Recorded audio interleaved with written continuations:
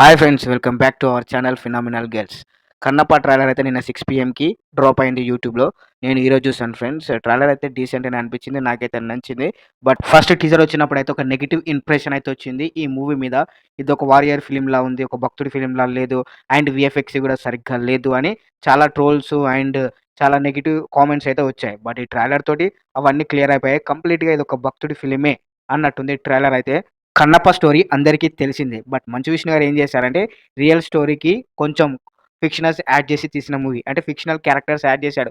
Original మూవీలో Rudrayya character ఉన్నది. And Mohan Lal గారి క్యారెక్టర్ ఉన్నది. సో, ఇవన్నీ యాడ్ చేసి కొంచెం ఎక్స్‌ట్రా ఎనర్జీ తోటి లేటెస్ట్ కన్నప్ప మూవీ తీశారనమాట.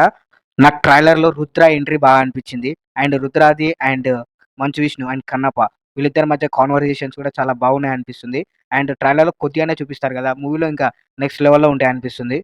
నాకెక్కడో డౌట్ ఉండే. 'తిన్నడి' క్యారెక్టర్‌ని మంచు విష్ణు గారు క్యారీ చేస్తారా అని. బట్ ఈ ట్రైలర్ చూసిన తర్వాత కంప్లీట్‌గా క్యారీ చేశారనిపించింది. ఎస్పెషల్లీ ట్రైలర్ లాస్ట్‌లో "ఏం జరిగినా నిన్ను వదలను ఇది తిన్నడి ఆన" అని పట్టుకొని ఏడుస్తాడు శివుడిని. ఆ షాట్ అయితే నాకు చాలా బా అనిపించింది. అండ్ చాలామంది ఎంగేజ్ అవుతారు ఆ షాట్‌కి.